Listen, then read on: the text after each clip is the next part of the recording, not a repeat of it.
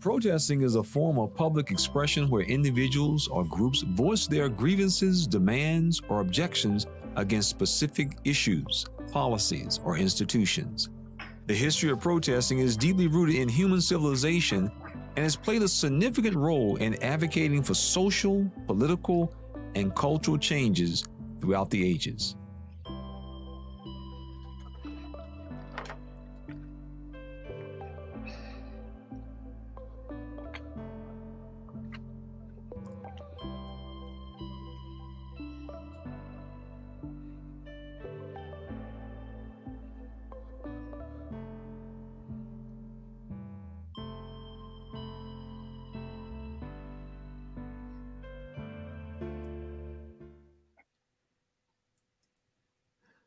Like to welcome everyone. To our live broadcast today. Very special day. We wanted to take this opportunity to discuss a few things. We know right now we have a protest that has been announced, and it kind of caught our attention, even though we're not the sponsors. It did catch our attention because the organizer is anonymous, and so we wanted to just get what is behind this. What's the driving? What is causing this person to say, I need to say something? Well, we're going to have the opportunity today to speak to some individuals who are working with this anonymous person who's putting together this protest and share with us some thoughts. And we're going to look at some of the things that literally have driven people to protest. As we know, Jehovah's Witnesses all around the world are impacted by what happens out of the United States. And today we're going to look at some of those things and see, this is the reason people want to make statements many times. We have with us our guests, and Justin and Felice, and we want to welcome them here today. Give you the opportunity to introduce yourself as well as your channel. Hi. Go right ahead. Okay. Oh, I'm Felice, and I have a channel here on YouTube, Totally Awake. I was a third generation ex-Jehovah's Witness, and now I'm totally awake, and I'm making ex-Jehovah's Witness videos on YouTube, just trying to raise awareness about the abusive practices of Watchtower. And of course, I had my own experiences, so just trying to share how abusive this cult is. Yeah. Welcome, Felice. We're glad that you could make it here on the channel. Thank you. And my name is Justin. Great, Justin. Yeah, go right ahead. Yeah, I run ExJW Diaries. I was a Jehovah's Witness for about 15 years, from 11 years old up to about 25 years old. Served as a ministerial servant for about 4 or 5 years. And yeah, I make videos. I'm a visual learner, so I make videos in that same way.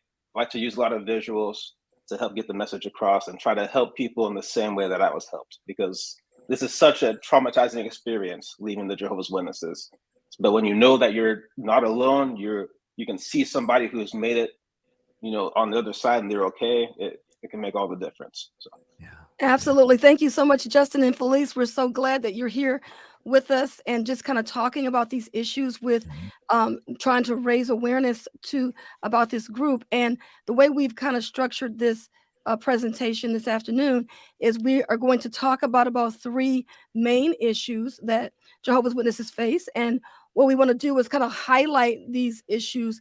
And so the way we kind of prepared things was to we're going to present a video clip of past interviews that we've done, and just kind of introducing these topics, and then we're going to discuss them, because we realize that a lot of people don't know witnesses. We get a lot of emails from people all the time, and they are asking us questions that, if they would have just come across a episode or live stream like this, a lot of their issues could be answered, and they could begin to delve into more information about Jehovah's Witnesses and learn more about the group, instead of being trapped in it and in relationships that they've been in for years, and then trying to figure out how to get out of the situation that they're currently in. So it's really nice to have all the ex-Jehovah's Witnesses and the online community joining their voices together to make that happen. Yeah. And I often tell people it's very important to understand about activism. Activism takes many different shapes, many different forms, many different fashions. And what works for one person may not work for another. what one person does, another person may not do. And it's important to keep that in mind. I think probably the most important lesson that I learned after leaving this organization is that we're all different. We're all different. And we have different views, different thoughts, different expressions. And we're no longer at the Kingdom Hall. We no longer have to walk lockstep anymore. You don't have to do that ever again. You now can decide for yourself. And so that's one of the most important lessons I tell people that I have learned is that even in the ex-Jehovah's Witness community, we all have our own approaches to different things. And it's important to keep that in mind because it's okay. It's okay to do it your way. And that was why we wanted to touch base with this particular protest grabbed our attention because this is a very unique way of doing it. But we know each person is doing it for the same reason. They have been impacted by this religion, them Justin, and their families. Now, I just want to ask Justin and Felice. Now, did you guys get any feedback about, your participation with the group at all? You want to share a little bit of your experience with that, if you did? Any kind of questions that you got about the protest that you want to maybe address and talk about? With the group, as in, like the day they're having it, why they're having it. You know what I'm saying? Did you get any feedback? Gotcha.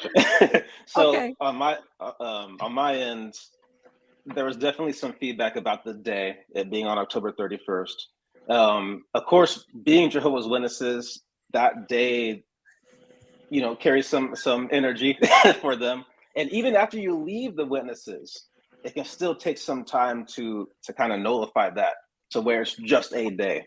Now, the person that's organizing the event has some specific reasons of why she wants to do it on that day. I don't know if you want me to go into that now, or if you want to go into that later. I can actually play the stream of why she's having it on October 31st. I'm going to just cover this at one part, so I could go ahead and add that and let you hear what she has to say. People are wondering why. Okay, so here we go. Many people are wondering why Halloween. Why is this protest being organized to be held on this particular day? It is common knowledge within the community that people dress up and are able to conceal their identity on that day. So it wouldn't be out of place or abnormal for individuals to know that and understand that. And particularly for PMOs, it is a way for them to be able to join the protest and conceal their identity if they choose to. And that's why we're having it on Halloween Day. Yeah, so that was just one of the statements that she made about people being PMO. So did you want to piggyback on that, Justin? Oh, I'm sorry. Hold on. Go ahead. Okay. So for those that don't know, PMO means physically in, mentally out. There are countless people out there. We will never know the number of people who basically have to pretend like they're still Jehovah's Witnesses, go to all the meetings and go through all the motions because they know that if they don't do that, they will be cut off from their family. So that this is a way where for those people to be able to speak out, because those people are usually hidden in the shadows. I had to go through that myself, where I was awake, but I was still in that PMO stage. So even though I wanted to speak out, I had to keep myself in the shadows just to protect my my privacy at that point. So with this, we're helping those people who aren't normally able to speak out to have a chance to also be able to take part in this. So you can wear something to cover yourself, and that way, nobody has to know you were there. That's a very interesting approach. And this, like I said, this is probably the first time I've heard something like this, where actually PMOs are being taken into consideration to be able to make quote unquote their own statement for themselves. I know, and as you mentioned, Justin, all of us became PMOs because very few of us realized this wasn't the truth on Monday and left on Tuesday. We literally had to plan our escape. And I was talking to Lady C about, this particular individual because we had a chance to have a conversation. The very fact that she's having to do this in this manner is very interesting. Lady C, maybe you can just expand on our conversation we had about that. Well, what I was looking at it from the angle of is, how when as Jehovah's Witnesses, we were always everything had to be buttoned up. And so it's like, why are we doing it on this day? It's gonna mean this situation or whatever. But then I was saying, people who are not Jehovah's Witnesses really don't care. They really don't care what day it's on. That this, they celebrate it, and there are people who are Christians that don't celebrate Halloween, but they don't look at it the same way sometimes that Jehovah's Witnesses do in terms of, oh, we can't do this, or make a real big deal out of it the way the witnesses do.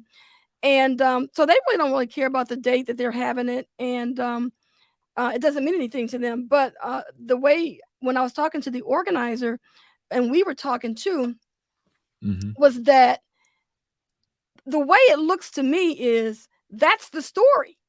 To me, if you have a group of people protesting and you want media attention, but you have no organizer, now you tell them why you have no organizer, because the religion is the one that's saying that if you come out against us, we're going to kick you out. We're going to shun you, your friends, your family, everybody that you've known. You're never going to be able to talk to them again. Most people don't belong to organizations like that. Not only that, but, so I'm saying that's the story of it being on that day, and where you could dress up so people can't know who you are and so that you can be anonymous is the story. Yeah. And that's what I would be trying to focus on. Yeah. We look at Jehovah's Witnesses when it comes, and I know we have a worldwide audience, people in other countries, but I know here in the United States, the celebration of Thanksgiving, special day here in the United States, turkey and dressing and all that kind of stuff. Jehovah's Witnesses won't have anything to do with that particular day. Yet if you go to their house like a day later and you walk in and you look around the table, you're looking at a spread that was identical to what folks had yesterday. And so they want to participate many times, but they have to fool themselves and say, well, we didn't really participate. But really, that's what they was doing. They really wanted to do it on Thanksgiving, but they did it on another day. And so the witness mindset is just amazing. I remember my mom, we would always have Thanksgiving the day after, always. Right. How about you, Felice? Any statements you want to make? Yeah, I just want to also add that the date October 31st is also symbolic of the date that Charles Taze Russell died. So that's an important thing as well. And also the organizer wanted to really stress that this is a peaceable protest. So, of course, there's going to be, security out there, and it's in front of the White House. Well, yeah. So, yeah. Oh, right. Yeah. Oh, definitely. Here in Washington, D.C., they done blocked off. You used to go drive past the White House. Now you can barely walk past now without them looking at you out the corner of the eye now. I mean, the whole area is literally now just a pedestrian. It used to be for cars. Now it's strictly for pedestrian. Yes. So security is so high. So it's probably the most secure place in Washington, D.C., to be honest with you. Right at the White House. Yeah. Okay. So now we want to kind of delve into, were you going to say something, Justin? I didn't know if you were going to. Yeah. There was one other thing that I saw come up. I've seen some people ask, well, what is the outcome of this? What is this actually going to do? I can see why people wonder that. This has been an ongoing issue for way too long. And we've seen examples of, things that have just kept going on, but no fixing. So really, there is no way of knowing. There's no way of knowing the future. There's no way of knowing what exactly the outcome is going to be. However, you can be logical about it and just think for a second. You're in front of the White House in the middle of the day, in front of the White House on a weekday. That means the White House is open. Normal operations are going on. Halloween may be a holiday, but it's not a federal holiday. So, the government is still business as usual. So you got thousands of people protesting in front of the White House, organized protests. You've got, national security out there, or Homeland Security rather, out there making sure everything is going safely. For sure, that is going to grab attention. Just people walking by, they're going to see that and wonder what's going on. So even on a small scale, you're going to reach new people that have not heard the ExJW message before. Now, going up a level, again, thousands of people in front of the White House. That's, of course, going to get some media attention. Very good chance that that's going to happen. So now our message is reaching an even wider audience, because now you got people, you know, that are at their homes, maybe in other states, that are seeing this happen. So then if we go up another level, we get the government's attention. That means that we can actually start getting some laws put in place to protect these kids that are vulnerable in these situations. I'm sure we'll go more into why that is later on. And this is not only going to protect Jehovah's Witnesses. Again, this event is not a violent protest. It's a protest about love of people, really. So this goes beyond religion, beyond just the Jehovah's Witnesses, because this issue exists in many other religions out there, and many other even non-religious groups have this issue of not reporting these kind of things to authorities. So on all levels, this is going to do some good, if you're wondering what the outcome can be. And that's interesting. I know, Lady C and I, we often talk about activism in general. I think the most satisfying thing for us is when people say, I never knew that. I wasn't aware of that. And so the issue of awareness, I think, is probably the most important thing from my perspective, from our perspective. People just being aware of what Jehovah's Witnesses are really about. You know, my mom, before she passed, that was something she always said. She always like, JT, if I had known now what I, if I had known then what I would know, what I know now, I would have never got involved. And so one of the things it will do is it will bring attention. And we know the Watchtower has very carefully crafted its brand. And this is a big problem the organization has now. At one time, Jehovah's Witnesses always made the following statement. When someone would make a statement in the public, in the press, or whatever, they would always tell us, we do not respond to our detractors. Now the Watchtower has an entire public relations department. In many countries, they're setting up additional public relations department because now they realize that their squeaky clean image is being examined from the backside, and people are seeing things that they have portrayed themselves as not being.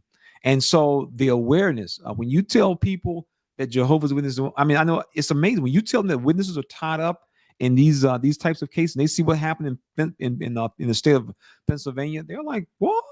So at the end of the day, it is the awareness about this religion is really what it's all about. And from there, we know around the world, it's resulted in all kinds of laws being passed. And so it all gets started by people making people aware. That's always been the start. Yeah. And if we want to just kind of start off, we can kind of start off with the CSA, the child sex abuse. We just did a video about 2 or 3 weeks ago talking about that issue and how in Pennsylvania, they found 5 more people. So the protest is really going to be talking or targeting that arena as well. So I think, Justin, you had some things that you wanted to highlight on that. Yeah, for me, I was lucky to not have to deal with any CSA in my own case. However, there are far too many people who were not as lucky, and they had to go through that trauma, and they have to go through their adult life, their entire life, having to try to heal from that. But where it played a big part in my story is that it played a major part in waking me up from the Jehovah's Witnesses. Again, I served as a ministerial servant for 4 years. I was not looking to leave, but it was that issue that was deep enough to that hit me deep enough to make me ask some questions. So around the time that I woke up, the Australian Royal Commission was going on. The Australian government investigated several different religious groups, the Jehovah's Witnesses included, and what they found was over 1,000 cases, if I remember correctly, of unreported offenders. So over 1,000 cases. Now, there's a couple of big issues with that. Number one, this is not protecting. You got kids that are in the organization and kids outside the organization that are being put in danger because of this, because of the 2-witness rule, where the Jehovah's Witnesses will not consider a accusation, not take it seriously unless there's 2 witnesses, which in a case with abuse like this, there's not going to be 2 witnesses most of the time. And most of the time, the abuser is not going to fess up. So with that, these kids who have gone through this experience, they now have their voice taken away, because now when they come for help, that's not going to matter if there's not 2 witnesses. Now, the other issue is that the Jehovah's Witness elders are very reluctant to report these cases to authorities. So that's a big issue on many fronts. It probably would take too long to go into it, but the main thing here is that it creates this loophole where somebody, does that crime against a child, and if they are in a religion, they can get away with it. However, if that same crime is done from somebody on the outside who is not in a religious organization, what happens? They get reported to the police. After serving some time, usually in jail, now they have to report themselves or register themselves as an offender. When they register themselves as an offender, now they are blocked from having jobs like being a teacher or working in a daycare or even going to a public swimming pool, things like that, to make sure that they can't hurt more kids. So think about that for a second. Okay, just imagine for a second that you are a parent and you have a couple of young kids, okay? And now you're going house shopping. You're trying to find a new neighborhood for your family, but you want to keep your kids safe. So what do? You go online to these databases and you see where are these offenders living at. I want to make sure I'm not buying a house near one. So then you look at one house and you love it. And as you go in that database, oh no, there's an offender living right across the street. I don't want to live there. So that's with a known offender. Now, say you buy a house, that same situation, but guess what? The person living next to you is a Jehovah's Witness. They are a known offender. But because of the Jehovah's Witnesses, because of the way that they handle things, that was never reported. So, I mean, you might get close to those people. You might become friends with them. You might let your kids stay over at their house, babysit them, and you have no idea that this person has that issue. In another case, there's some offenders who are underaged. And that brings up a whole nother story of trauma chains, where sometimes people who hurt kids in this way have been, that's been done to them. So it creates this chain. And again, since they don't report it, that person who's underage that has committed this pain against this child, they now go free and they can't get the help themselves that they would need. That way they're not hurting people that way. So again, this could go on and on, but major issues with the way they handle child abuse in the Jehovah's Witnesses. Yeah, that was a good point, because the witness wouldn't show up in the database. Wow, I hadn't thought about that. Yeah, Exactly. I'm going to just play this clip real quick. Moved to this congregation. They fast-tracked my appointment, and I was appointed right away because they needed the help. And I was approached by 2 brothers, and they told me that I needed to watch out for a ministerial servant. And I said, well, why? And they said, well, there was an allegation that he talked a 16-year-old into jumping into the shower with him. Now, I was in the medical field, and I said, we got to report it. And they said, no, we can't. It's her word against his. And if you say anything, you're going to be slandering. that's what you were talking about, Justin. That's exactly what I'm talking about. They encourage these parents not to report to the police, or in some cases, they themselves don't report it, all because they don't want to bring reproach on Jehovah's name.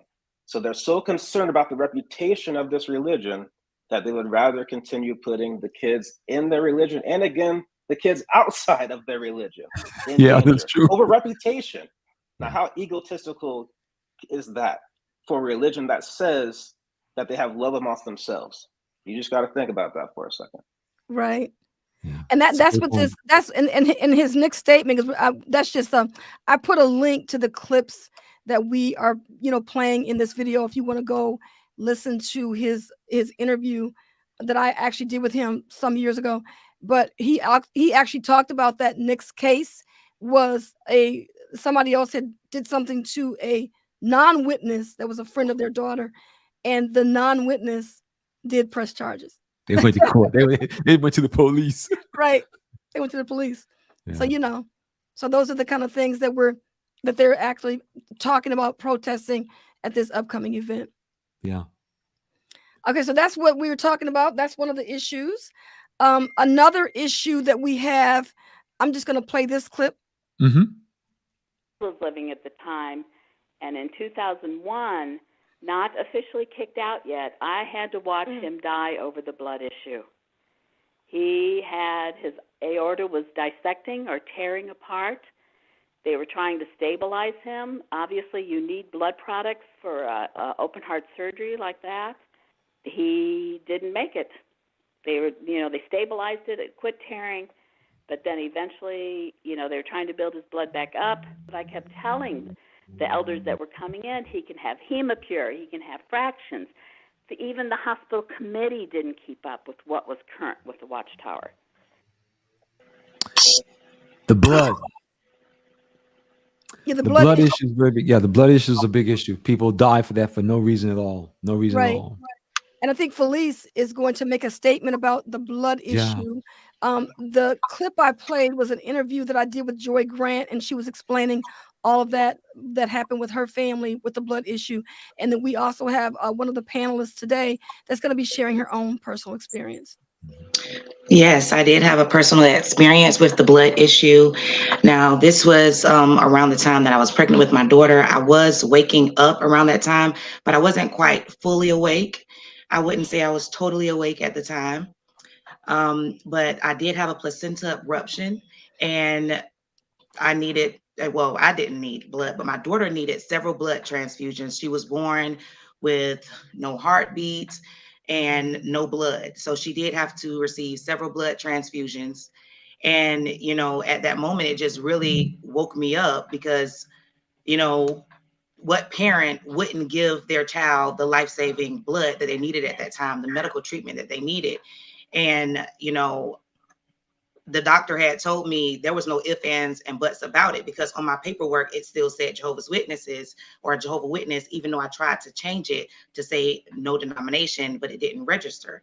So, my husband, he's all upset because he was never a Jehovah's Witness. So, he's like, yeah, give my child blood, save my daughter, and I'm thankful because I was asleep. I had to have an emergency C-section. I'm thankful that they did go ahead and give my daughter blood. And like I said, the daughter was telling me I had to give your daughter blood, no ifs, ands, and buts about it. Like he was afraid that I was getting ready to sue or something. I'm just telling him, no, thank you. But that was really a big part of my awakening, because this is really a human sacrifice that Watchtower is doing by twisting the scriptures and making people think that, God doesn't want them to take a life-saving treatment, when the scripture is talking about eating meat, blood from an animal that has been strangled. And one thing that I remember that Raymond Franz said that was a part, Raymond Franz was once a part of the governing body and left and wrote the book, Crisis of Conscience. He said on a clip, and I wish I had sent it to you to share, but one thing that stuck out to me is that, yes, blood represents life, but it's not important. It's not more important than life. So again, that was just a really big part of my awakening. And, so many people have lost their loved ones over this blood policy. And, at first there was, no blood at all that the Jehovah's Witnesses could take. And then they changed it to, then they could take certain blood parts and things like that. So a lot of people lost their lives when perhaps a blood part, could have saved their life. So that really woke me up. Yeah, I have to agree. That's probably the worst. The changing teaching on blood is probably the worst doctrine they've ever come up with. And the saddest part is when they change to allow certain things, or they change which list is going to be on. On one list is a sin, on the other list is okay, but the sin might move over to the other list and no longer a sin. The saddest part is at no point has the Watchtower apologized. And if you want to read something very good, some of the best written articles you want to read, go to the Jehovah's Witness, jw.org, and type in apology, and see some of the most excellent written articles teaching people, if you do something wrong, hurt somebody, apologize. And yet they don't do it themselves. Hypocrisy is best. That's right. So yeah, so now that brings us up to the next part that we're going to talk about is actually shunning. And I got 2 clips on that. JT, should I do yours first or the one with the teen? The teen is fine. Yeah, the teen is that's the most important one. Religion. You are not allowed to have friends who are outside of that organization. Yes. So all of the friends that you make are Jehovah's Witnesses. So as you guys are aware of their shunning policy, that when a person leaves this organization, anybody who is still in that organization is not allowed to associate with you in any way, shape, or form whatsoever. Right. So like with the interesting thing about what we're talking about here is like when Felice was talking about taking the blood, that's a disfellowshipping offense. Even if you don't have that 2 witness rule thing under wraps with the CSA, that can even get you disfellowship. So there's all these different ways that they can find to disfellowship you. Now, can you think about, and then this individual that we interviewed, it was a teen who contacted us who realized that this religion wasn't for him. And when he began to do his research, these are the things he began to unearth. And it's kind of interesting how just trying to save your baby by giving the child blood could result in you being disfellowshipped. And now you can't speak to your family or the friends that you've made throughout the years. So a lot of people don't know that. They may just know that Jehovah's Witnesses don't take blood or they don't celebrate Christmas or whatever, but they don't know that those issues are disfellowshipping offenses. Yeah, the shunning is probably one of the most fascinating things that people, when they become aware of, they're just blown away. I mean, they're literally blown away. You know, they know that guy down the hall who's a Jehovah's Witness elder. He's been Mr. Johnson for wonderful guy. When they find out that he will not speak to his daughter, he hasn't seen his grandkids in 22 years. People just lose. Like, you got to be kidding me. Because his daughter don't go to the same church. You got to be kidding. And it's amazing when people become aware of this. And so these are the type, when people protest, it makes people aware of things. It causes people to ask questions. And you literally just never know who it will impact. You just never know. You just never know. That's right. And then the other one here for people, you know, I don't know who's all in our audience, but I think here's one that, you know, you were in an interview that Daniel was doing with you about. Is what Jehovah's Witnesses do toward those who have been disfellowshipped, those who have disassociated themselves. And basically, it takes on many different degrees. The society tells witnesses what to do, and it varies. For example, you will have some Jehovah's Witness families. They will have someone who's disfellowshipped. Okay.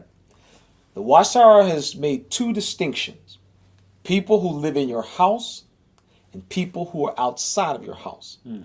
If you have someone who is disfellowshipped in your house, you can talk to them. But if you have someone who is outside your house, if they are family, the Watchtower says you have as little to do with them as possible. And this is what we see people are going through. We just talked to somebody just the other night. What, 40, she left at 17. It's been 40 years. I mean, Yeah. you got to be kidding. The lady we talked to. Yeah. They missed the grandkids and the great grandkids. Yep. Oh my They goodness. missed everybody. And when you tell people that, they're like, you got to be out of your mind. I would never, if the pastor told me not to talk to my kids, I leave that church. That's what people tell us all the time. They leave that church. Right. Now, I want to kind of play the statement by the organizer as to, you know, why this individual is so passionate about this protest. I've been working on this protest since last year, and I've been pretty adamant about being sure that this protest takes place. And it's been very important to me because I've seen the damage that it has done to people, especially with someone like myself who has been born in and has been inside this organization for 50 years. and it has had a severe detrimental effect on my mental health, and having to come to the realization that I've been misled in various ways. I've lost family, I've lost friends, I have lost my entire social network, and I've basically had to start a new life. And I just, with Watchtower covering up CSA and claiming to be a religion that is all about truth, they are far from the truth. Because if you were about truth, then why would you have a need to cover up something so horrendous and horrific that has brought harm to children? And feel as though, as an organization, as a leadership, that that's okay. In addition, you are not informing, or nor have I ever been informed, that these predators are amongst us. So we weren't even alerted. So how is that showing love when you are putting my children as well as myself in harm's way? Because it's all about protecting the image and the institution of this organization. And that's wrong. That should not be the priority. The priority is the protection of people and children. So that's why I'm here today. And the shunning practices, based off my personal experience, how it has divided families. And that is not a good thing. This organization claims to be about families. But when you have us turn against our own children, our own mothers, our own fathers, who no longer choose to believe, that is wrong. We all need each other, and there's no reason why, especially if somebody believes differently, that they should be no longer allowed to have a relationship with me. And nobody has the right to make that decision. You know, the Watchtower made a statement that a person should not have to choose between one's religion and their family. We've seen the videos, we've seen the representatives of this organization literally stand before bodies of legislative individuals, bodies of judges and attorneys, and just, I mean, straight up, oh, we don't divide families, man. We don't divide families, man. I mean, it's like, come on. Oh my goodness. Then they turn around and they produce training videos for the summer conventions as to this is how you are to treat individuals who leave. And so it's just amazing. I mean, it's just amazing how this organization can do so many things with a straight face. I mean, you gotta love it. Oh my goodness. It's amazing. It really is. Right. So is there any other comments that you, Felice and Justin, want to make? Like, you want to talk about your involvement with the organization? Yeah, the information people can get, the website and so forth, anything. I think you had a mission statement that you guys also have on the site as well. Anything you want to share? I'm gonna put a link to the website. Here's a link to the website. Yeah. You know, for the protest. And that's information that the organizer has, including the permit. And this is going to be a peaceful protest. They're not expecting nobody to go down there and show up and show out. It's going to be peaceful. And so she's, giving all the information about the event through this website. Yeah. And I think if you go to the website, didn't you say, Justin, that if they go to the website, there's like a OCR code or QR code or something? Oh, well, on the invitation, there's a QR code to get to the website. Oh. Yeah, but we'll have, the website is, what are we? This is August, so about 3 months out. So as we get closer and closer, there'll just be more and more details on the website. So just stay tuned to the website and for more details. I don't think I put that in my uploads. I thought I did, but I guess I didn't. Yeah, you showed invitation. Mm-hmm. Did I put the invitation on there? Mm-hmm. It was at the very beginning. Yeah. I think it's orange, like an orange color. Mm-hmm. Okay, the invitation. Okay. Well, we'll make it available. I could also put it on the Facebook page, the ExJW Critical Thinker Facebook page. I could put that on there, and then people could go there and get the code so they could get on, and we can do that. It is 6:50. We've been on here for what? Almost an hour, and it's 5:50. 5:51. I'm blind. I'm blind as a bat here. Oh, don't worry about it. It is 5:50. I thought it was East 6. Coast. Okay, East Coast. we ain't been on that long. Yeah, because Justin's on the West Coast. We're on the East Coast. So okay. Yeah. So anyway, you guys, please, feel free to chime in. You got some closing remarks you want to make? Yeah, anything you want to share? Yeah. Yeah, I just wanted to say that, it's going to be in the daytime, 10 to 3 o'clock, I think, or 3:30. And so we just want to all have our signs for anybody that can bring extra signs for maybe people that don't have signs. Then, that'll be great too. Maybe some extra markers so we can make them while we're there or whatever. Yeah. I think she also has stuff on the website about different types of banners that you could create, giving you ideas on different slogans and everything. So she's still, pulling it together. I think there's somebody that's going to be there to be a spokesperson that's working with her. That I think this person's ex-military as well. Yeah. So I mean, it's as we've always said, activism covers every aspect, different formats, different methods. But at the end of the day, Jehovah's Witnesses are literally being covered today on every angle. As we often tell people, anyone who is ignorant of Jehovah's Witnesses today is by choice. It's by choice. Because there's just too much information out there. Yes, there's too much information out there. Right. Way too much. Yeah. Well, guys, we want to thank everybody for coming out, and then and the audience as well. Thanks to the audience for you coming out and supporting as well. Yeah, everybody, thank you so much for your support. We appreciate you, and any contributions you made, we appreciate that as well. But yeah, we look forward to. Yeah, it's going to be a big event. We look forward to keeping you guys updated on this process.